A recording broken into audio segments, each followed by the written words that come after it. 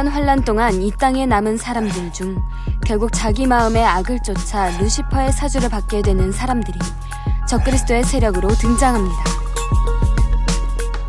7년 환란 때 적그리스도의 세력은 전 세계를 장악하기 위해 유대인들이 가진 엄청난 부에 눈독을 들입니다. 적그리스도 세력이 하나로 뭉쳐서 힘을 발휘하는 것 같았지만 결국 그 악으로 인해 스스로 무너지게 됩니다. 7년 환란의 마지막이 되면 이 땅에도 하나님의 준엄한 공의의 심판이 있습니다. 7년 환란 동안 이 땅에서 권세 잡고 있던 적그리스도 세력들에 대한 심판이죠. 이러한 사명을 받은 권세 있는 천사가 하늘로부터 이 땅으로 내려옵니다.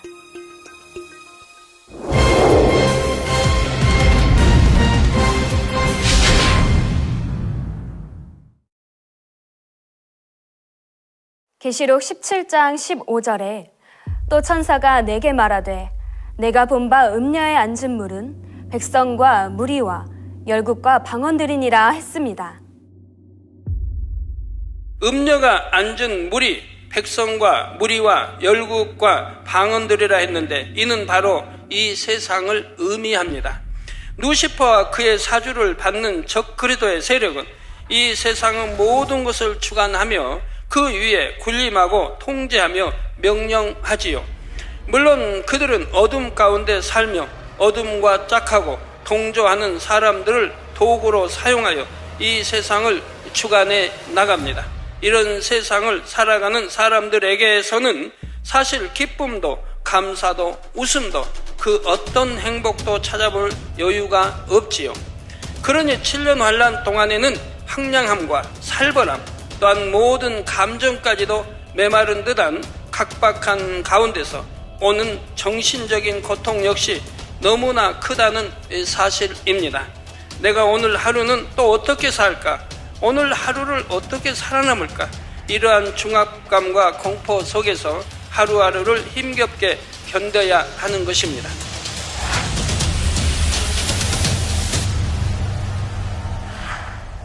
이어지는 16절에 내가 본 바 이 열불과 짐승이 음녀를 미워하여 망하게 하고 벌거벗게 하고 그 살을 먹고 불로 아주 사르리라 했습니다. 이 말씀은 육으로 보면 이해가 안 갑니다. 음녀인 루시퍼의 조종을 받던 열불과 짐승이 이제 와서는 음녀를 미워하여 망하게 한다 말씀하지요. 심지어 벌거벗게 하고 그 살을 먹으며 불로 아주 사른다고까지 말씀합니다.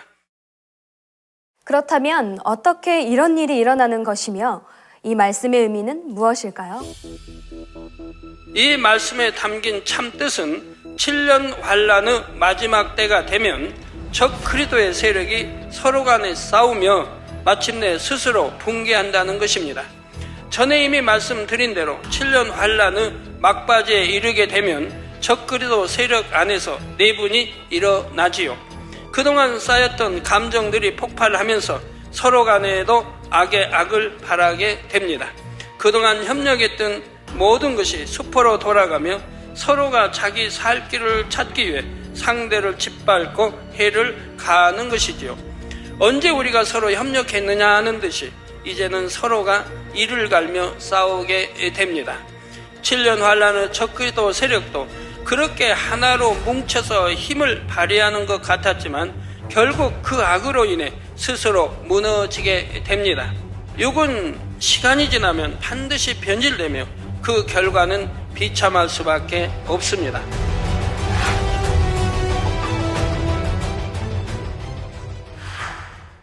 계시록 17장 17절에서 18절에 하나님이 자기 뜻대로 할 마음을 저희에게 주사 한 뜻을 이루게 하시고 저희 나라를 그 짐승에게 주게 하시되 하나님 말씀이 응하기까지 하심이니라. 또 내가 본 바 여자는 땅의 임금들을 다스리는 큰 성이라 하더라 했습니다. 7년 환란에 등장하는 적그리스도의 세력은 루시퍼의 주관을 받습니다. 그런데 이러한 적그리스도의 세력들이 하나님 편에서 너희가 그 역할을 해라 하고 정해주셔서 나오는 것이 아닙니다. 하나님께서는 성경을 통해 적 그리스도의 세력에 대해 깨우쳐 주시며 경계하고 계시지요. 따라서 주님을 믿고 성경을 믿는 사람이라고 하면 어찌 자신이 적 그리스도의 세력이 될 것을 상상이나 하겠습니까? 그런데도 7년 환란 때가 되면 주를 믿고 성경을 안다고 하던 많은 사람들도 적 그리스도의 세력에게 동조합니다. 더욱이 적 그리스도 세력의 머리된 자들 중에는 나름대로 하나님을 믿고 주님도 믿는다고 하던 사람들이 많지요. 그런데도 이처럼 루시퍼에게 순종하여 그의 하수인이 되고 만다는 사실입니다. 이는 바로 자기 안의 악의 속성을 쫓아 스스로가 그 길을 택했기 때문입니다.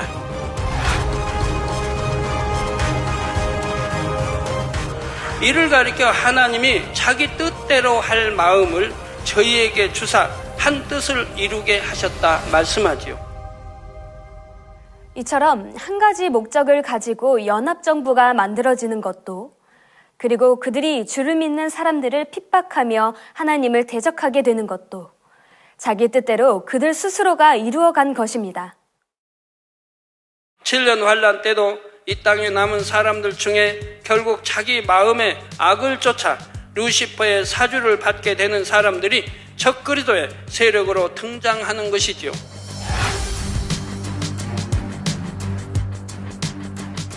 그리고 하나님께서는 원수마귀 사단에게 허락하신 그 기한이 차기까지는 그들을 그냥 두십니다.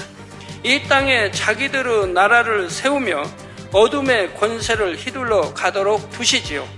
그러다 정해진 기한이 다 차고 마침내 천년 왕국이 이룰 때가 되면 하나님께서는 그들을 멸하시며 이 땅에 새로운 하나님의 나라를 이루십니다. 이것을 가리켜 하나님의 말씀이 응하기까지는 그들에게 자기 뜻대로 할 마음을 주셨다고 말씀하시는 것이지요. 여자는 땅의 임금들을 다스리는 큰 성이라 하여 여자, 곧 루시퍼의 정체에 대해 말씀합니다. 땅의 임금들이란 이 땅에서 권세 잡은 자들, 다시 말해 하나님을 대적함으로 악의 권세를 잡은 자들을 가리킵니다.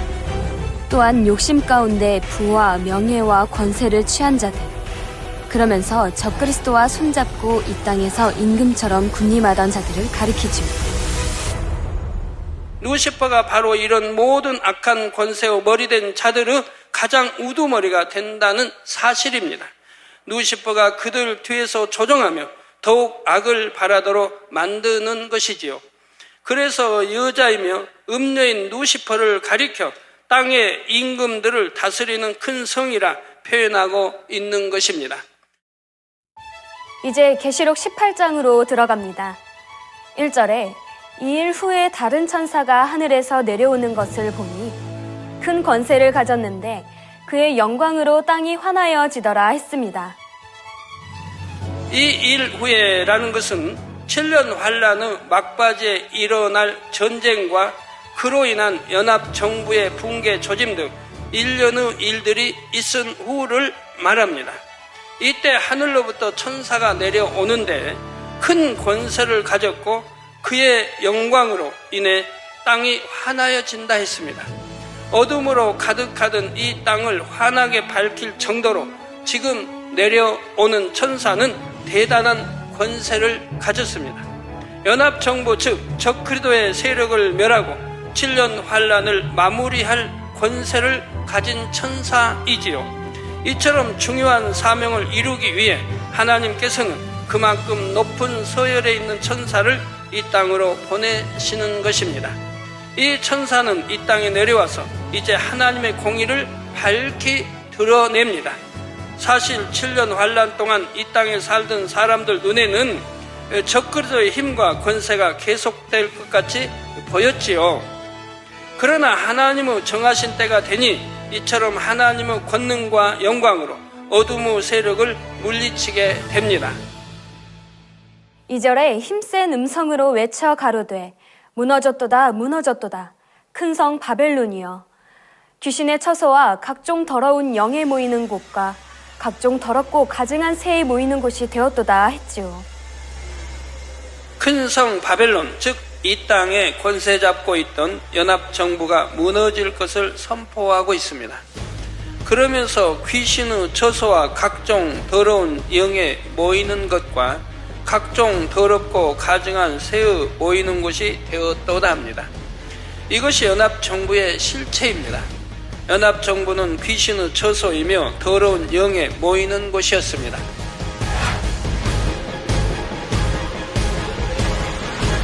하나님을 대적하는 악한 영들의 사주를 받는 더러운 영들의 속을 이었지요. 세상을 어지럽히고 죄악 가운데로 이끄는 온갖 더러운 영들이 모인 곳입니다.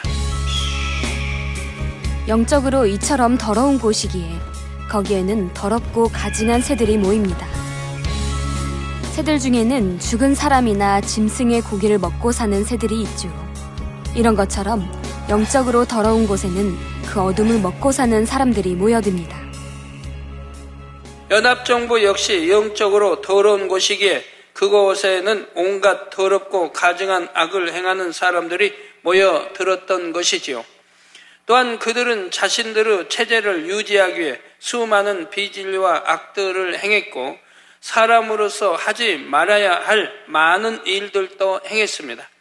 이 모든 일이 다 더럽고 가증한 것이지요. 이를 통해 여러분은 어둠이 있는 곳에 어둠이 모인다는 사실을 명심해야 합니다.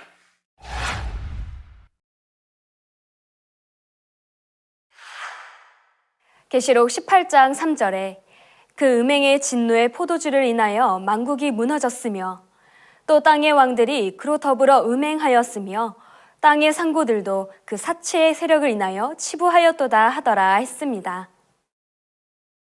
진노의 포도주는 공의의 심판을 의미합니다.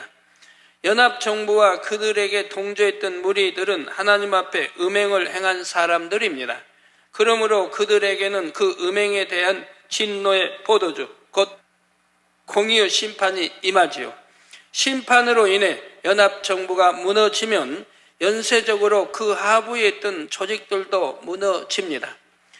그런데 꼭 연합정부를 적극적으로 도와서 하나님을 대적한 사람들만 공의의 심판을 받는 것이 아닙니다. 그로 더불어 음행의 사람들도 심판을 받게 되지요. 여기서 말씀하는 음행이란 어떤 의미일까요? 음행이란 영적인 의미의 음행입니다. 영적인 음행이란 인간이 발달된 과학 문명을 믿음으로 하나님을 인정치 않고 인간의 지식과 지혜를 동원하여 하나님을 부인하는 것을 뜻합니다. 그런데 영적인 음행은 넓은 의미에서 하나님 앞에 두 마음을 품는 것을 포함하지요. 우리의 신랑 되신 주님을 두고 마음을 세상에 빼앗긴다면 이 역시 주님 앞에 영적으로는 음행이 됩니다. 뜨겁게 하나님의 역사를 체험할 때는 기쁘고 감사하지만 시험 환난이 오면 이내 은혜를 잊고 의심합니다. 자, 이처럼 마음에 여전히 의심을 가지고서 믿지 못하여 갈팡질팡하는 것도 영적인 음행인 것입니다. 물론 아직 믿음이 연약하여 때로는 의심이 들거나 충만함이 떨어져서 은혜를 잊을 때가 있을 수 있지요. 그러나 분명한 증거들을 보았고 체험했으며 그만큼 진리의 말씀을 듣고 신앙생활을 했음에도 여전히 두 마음을 품고 의심한다면 이는 하나님 앞에 음행하는 죄가 됩니다. 이는 결코 작은 죄라 할 수 없음을 알아야 하지요. 다음으로 땅의 상고들이란 누구를 가리키는 것일까요? 땅의 상고들이란 연합정부에 붙어서 부당하게 부를 축적해온 사람들을 가리킵니다. 부정부패로 치부한 고위층의 권세자들과 그들과 손잡고 부당한 거래를 하여 자신들의 부를 쌓아온 사람들이지요. 연합정부가 겉으로는 세계의 평화와 질서, 그리고 자원과 식량의 공정한 분배를 외쳤지만 실제로는 자신들의 부귀 영화를 위해 부당하게 엄청난 부를 쌓아왔던 것입니다. 이러한 연합정부에 붙어서 자신들의 유익만을 구하고 부를 축적해온 무리들도 연합정부의 붕괴와 함께 결국 망할 수밖에 없지요. 4절에 또 내가 들으니 하늘로서 다른 음성이 나서 가로되 내 백성아, 거기서 나와 그의 죄에 참여하지 말고 그의 받을 재앙들을 받지 말라 하십니다. 7년 환란 때 적그리스도의 세력은 이스라엘 민족, 다시 말해 유대인들이 가진 엄청난 부의 눈독을 들입니다. 전 세계를 장악하기 위해서는 바로 이들, 유대인들을 포섭해야 하지.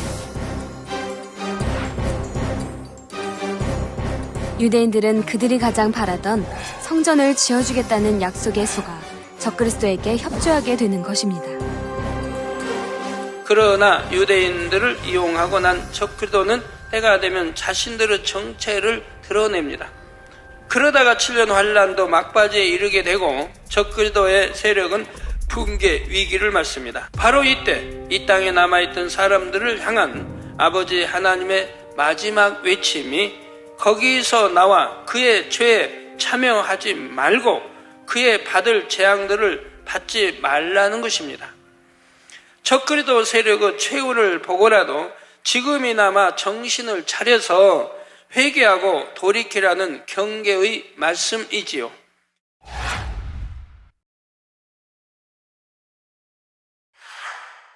물론 이때는 대부분의 사람들이 이미 짐승의 표를 받았고 신앙을 지키던 사람들도 대부분 순교한 후입니다. 하지만 그때라도 어찌하든 마지막 구원의 기회를 잡을 수 있기를 바라시는 간절한 외침인 것입니다.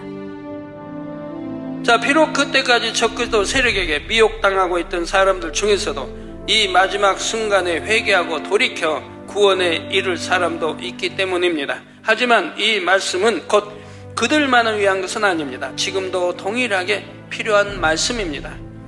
이 땅의 7년 환란이 시작되기 전까지 아버지 하나님께서 하나님의 사람들을 통해 외치고 또 외치게 하시는 말씀이지요. 거기서 즉 어둠과 죄악 가운데서 나와 그의 죄에 참여하지 말고 그의 받을 재앙들을 받지 말라 하십니다.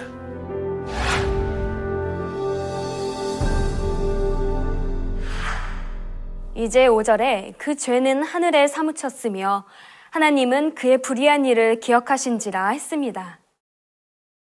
적그리스도의 세력이 이 땅에서 행한 악들은 하늘에 사무칠 정도입니다. 온갖 수단을 동원하여 하나님을 대적하고 주를 믿는 사람들을 핍박하며 비참하게 죽였지요. 하나님께서는 그들이 행한 그 모든 불의한 일들을 다 기억하십니다. 그리고 마지막 심판날에 행한 그대로 갚아주시죠. 행한 대로 갚아주시는 하나님의 공의가 이어지는 6절부터 더 구체적으로 나옵니다. 그가 준 그대로 그에게 주고 그의 행위대로 갑절을 갚아주고 그의 섞은 잔에도 갑절이나 섞어 그에게 주라 했지요. 성경에는 행위대로 또는 행한 대로 갚아주시는 하나님의 공의에 대해 여러 곳에 기록하고 있습니다. 계시록 2장 23절에 또 내가 사망으로 그의 자녀를 죽이리니 모든 교회가 나는 사람의 뜻과 마음을 살피는 자인 줄 알지라. 내가 너희 각 사람의 행위대로 갚아주리라 했죠. 죄를 지어도 용서하고 또 죄를 지어도 용서하는 이러한 과정을 반복하다 보면 나중에는 스스로 죄를 다스릴 수 없는 지경에까지 이르게 됩니다. 죄에 대해 마음이 무뎌져서 죄를 짓고도 양심의 가책조차 느끼지 못합니다. 더 나아가 죄인 줄 알고 행하면서도 거기서 빠져나올 힘과 능력이 없지요. 또한 이런 사람 하나로 인해 주변이 함께 죄로 물들 수가 있습니다. 그래서 고린도전서 5장 6절 후반절에 보면 적은 누룩이 온 덩어리에 퍼지는 것을 알지 못하느냐 말씀하고 있지요. 그러므로 죄가 죄를 낳게 되는 경우에는 그것을 엄히 다스려야 합니다. 7절에 그가 어떻게 자기를 영화롭게 하였으며 사치하였든지 그만큼 고난과 애통으로 갚아주라. 그가 마음에 말하기를 나는 여왕으로 앉은 자요 과부가 아니라 결단코 애통을 당하지 아니하리라 하니 했습니다. 적그리스도의 세력과 그들에게 동조했던 자들이 어떻게 행했는지가 잘 나옵니다. 자기들 스스로를 영화롭게 하였으며 온갖 부귀영화를 누리며 사치하였죠. 그들이 겉으로 내세웠던 정의와 평화는 단지 빛 좋은 허울에 불과했습니다. 속으로는 이처럼 자기 영광을 구하며 자기들의 유익만을 구했던 것이죠. 적그리스도의 세력은 이처럼 자신의 부귀영화를 위해 하나님을 대적하고 하나님의 사람들을 무수히 핍박하며 죽였습니다. 수많은 사람들에게 고난과 애통을 주었지요. 이에 대해 하나님께서는 그만큼 고난과 애통으로 갚아주라 하십니다. 이어지는 말씀에 보면 루시퍼의 주관을 받는 적그리스도의 세력들이 얼마나 교만의 극치에 이르고 있는지 알 수가 있지요. 그가 마음에 말하기를 나는 여왕으로 앉은 자요. 과부가 아니라 결단코 애통을 당하지 아니하리라 합니다. 루시퍼가 하나님을 대적하여 반란을 일으킬 때도 루시퍼는 스스로 높아져 하나님과 같이 되려 했었지요. 이러한 루시퍼 주관을 받는 적그리스도 역시 자기들 스스로를 신성화시키며 자신들에게 영광을 돌리게 만듭니다. 스스로를 여왕으로 앉은 자로 여기면서 하나님처럼 되려고 하지요. 과부는 불쌍하고 힘든 처지를 의미합니다. 적그리스도의 세력이 이제 붕괴의 길로 접어들어 여러 가지로 어렵고 힘든 상황이 되었음에도 자신들은 결코 과부와 같은 상태가 아니라 말하고 있는 것이지요. 끝까지 회개하고 돌이킬 마음이 없습니다.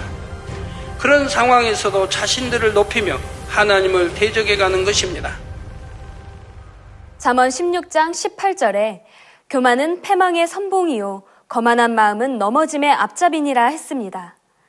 그래서 고린도전서 10장 12절에는 그런즉 선줄로 생각하는 자는 넘어질까 조심하라 경계하고 있지요. 교만은 루시퍼가 가장 좋아하는 육의 속성 중 하나입니다. 내가 이만큼 이루었다, 이 정도 수준이다 스스로 생각하며 마음이 높아지게 되면 그것이 자칫 영적인 교만이 될 수가 있습니다. 하나님 앞에 교만하여 스스로 높아지고 하나님을 대적했던 사람들에게 어떤 심판이 임하는지는 다음 시간에 계속해서 살펴보도록 하겠습니다.